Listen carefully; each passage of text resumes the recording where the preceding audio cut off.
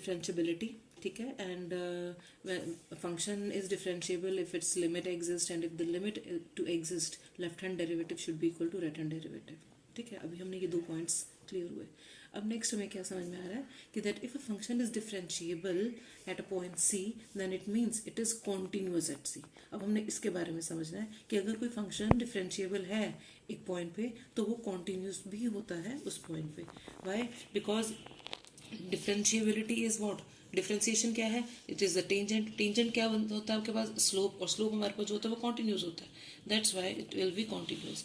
लेकिन अब वो कैसे है हम उसको मैथमेटिकली भी करके देखते हैं। हमने निकालना है, suppose I am having the limit x approaching c of F x minus f of c upon x minus c equal to f dash c. ये मेरी डिफरेंशिएशन की हमारी डेफिनेशन थी अकॉर्डिंग, ठीक है। अच्छा, ये बहुत इंपॉर्टेंट डेरिवेशन नहीं है बट आपके एनसीईआरटी में दिया हुआ है ये, तो मैं इसलिए इसी समझा रही हूँ कि ये कैसे हम कहेंगे कि हाँ ये डिफरेंशिएशन जो डिफरेंशिएबल है।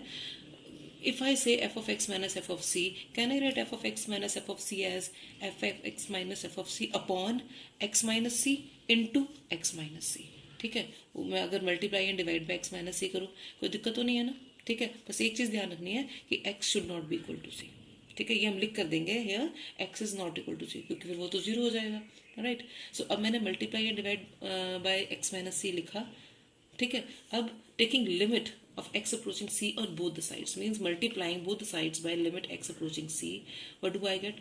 f of x minus f of c limit x approaching c is equals to, bracket जरूर लगाइएगा क्योंकि अगर आप ब्रैकेट नहीं लगाओगे तो ये लिमिट सिर्फ f of x की हो जाएगी, ठीक है। So is equals to limit x approaching c of f of x minus f of c upon x minus सी।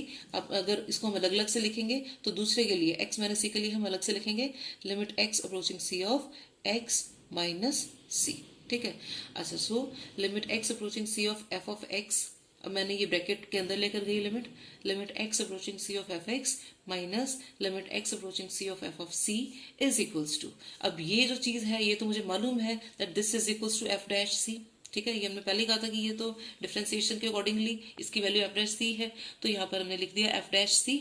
और यहाँ पर क्या होगा, व्हेन एक्स इज अप्रोचिंग सी तो सी माइनस सी कितना हो जाएगा, जीरो, ठीक है। And F dash C into zero क्या हो जाएगा, वो जीरो।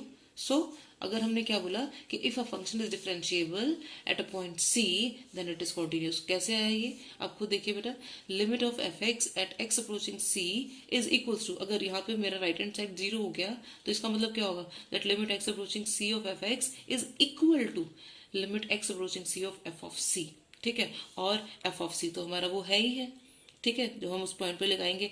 अगर हमने ये तीनों चीज़ें ही क्लियर इक्वल प्रूव कर दी तो वो अपने कॉन्टिन्यूस बन गया ना, ठीक है। हमने क्या बताया कि limit of the function at the point सी, ठीक है, is equals to limit x approaching c of f of C.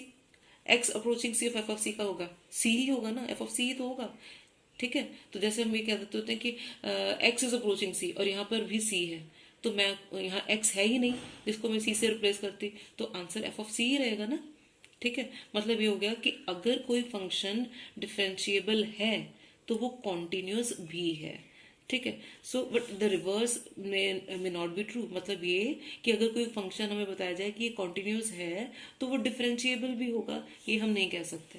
Late us understand this through an example. Suppose I am having F x is equals to mod x.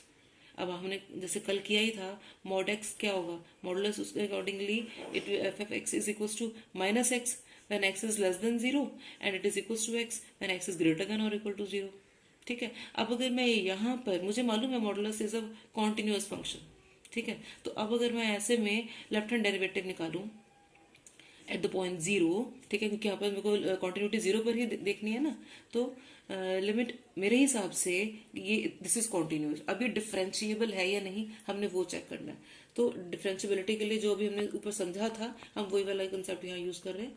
Limit x approaching zero from the left side of F x minus f of c upon x minus c, मेरा यहाँ पर zero है तो मैंने f of zero और x minus zero लिखा, ठीक है। वो क्या आ जाएगा, ठीक है, it is left hand side of the origin लेके चल रहे हैं अगर हम, तो x is replaced by zero minus h minus f of zero upon zero minus h minus zero.